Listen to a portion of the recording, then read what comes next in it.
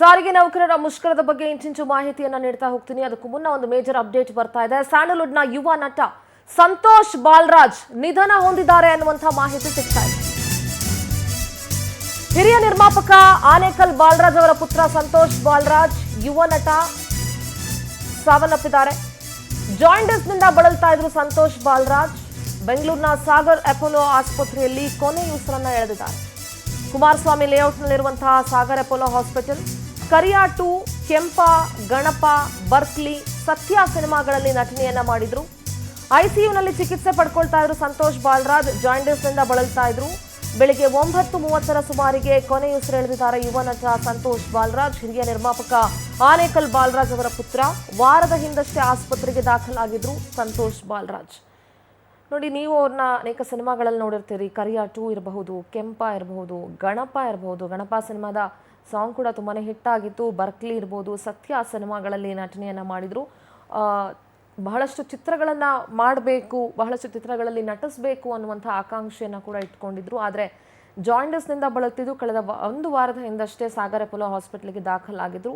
ಚಿಕಿತ್ಸೆ ಫಲಿಸದೆ ಇವತ್ತು ಬೆಳಗ್ಗೆ 9:30 ಸುಮಾರಿಗೆ ಕೊನೆಯುಸಿರೆಳೆದಿದ್ದಾರೆ. ನಮ್ಮ ಫಿಲ್ಮ್ ಬ್ಯೂರೋ ಕರೆಸ್ಪಾಂಡೆಂಟ್ ದೀಪಿಕಾ ದೂರವಾಣಿ ಸಂಪರ್ಕದಲ್ಲಿ ಜಾಯ್ನ್ ಆಗ್ತಾ ಇದ್ದಾರೆ. ದೀಪಿಕಾ, ಯುವ ನಟ ಸಂತೋಷ್ ಬಾಲರಾಜ್ ನಿಧನ ಹೊಂದಿದ್ದಾರೆ. ಜಾಂಡಿಸ್ನಿಂದ ಬಳಲ್ತಿದ್ರು ಅನ್ನುವಂಥ ಮಾಹಿತಿ ಇದೆ. ದೀಪಿಕಾ, ಬೇರೆ ಏನೆಲ್ಲ ವಿಚಾರ ಗೊತ್ತಾಗ್ತಾ ಇದೆ ದೀಪಿಕಾ ಈ ವಿಚಾರವಾಗಿ? ಅಂದರೆ ಕಳೆದ ಒಂದು ವಾರದಿಂದಷ್ಟೇ ಇವರು ಹಾಸ್ಪಿಟಲೈಸ್ ಆಗಿದ್ರು ಅನ್ನೋ ಇನ್ಫಾರ್ಮೇಶನ್ ಕೂಡ ಸಿಕ್ಕಿದೆ. ಸಿಂಧೂರ, ಕಳೆದ ಒಂದು ವಾರದ ಹಿಂದೆಯಷ್ಟೇ ಕುಮಾರಸ್ವಾಮಿ ಲೇಔಟ್ನಲ್ಲಿರುವಂತಹ ಸಾಗರ್ ಅಪೋಲೋ ಹಾಸ್ಪಿಟಲ್ಗೆ ಇವರು ಅಡ್ಮಿಟ್ ಆಗ್ತಾರೆ. ಚಿಕಿತ್ಸೆಯನ್ನು ಕೂಡ ಪಡೀತಾ ಇರ್ತಾರೆ. ಅಂತ ಸಂದರ್ಭದಲ್ಲಿ ಇವರಿಗೆ ಜಾಂಡಿಸ್ ಆಗಿದೆ ಅಂತ ಗೊತ್ತಾಗಿರುತ್ತೆ.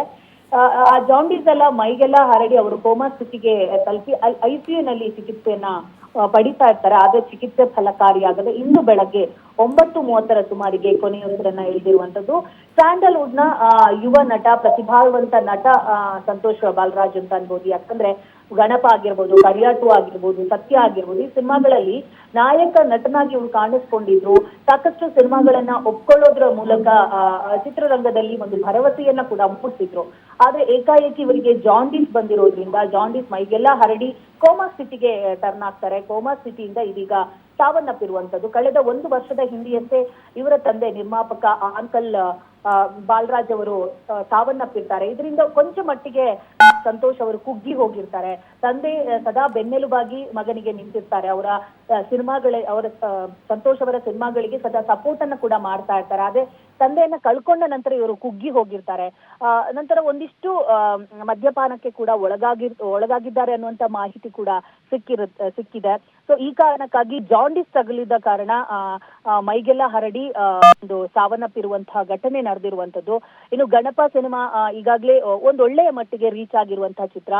ಆ ಚಿತ್ರದಲ್ಲಿ ಒಂದೊಳ್ಳೆ ಪಾತ್ರದ ಮೂಲಕ ಇವರು ಅಭಿನಯಿಸಿದ್ರು, ಗಮನವನ್ನ ಕೂಡ ಸೆಳೆದಿದ್ರು. ಆ ಸಿನಿಮಾದ ಹಾಡುಗಳು ಕೂಡ ಸೂಪರ್ ಹಿಟ್ ಆಗಿತ್ತು. ಇನ್ನು 34ನೇ ವಯಸ್ಸಿಗೆ ಇಹಲೋಕವನ್ನ ತ್ಯಜಿಸಿದ್ದಾರೆ. Okay Deepika, thank you Deepika ನಿಮ್ಮೆಲ್ಲ ಮಾಹಿತಿಗಾಗಿ.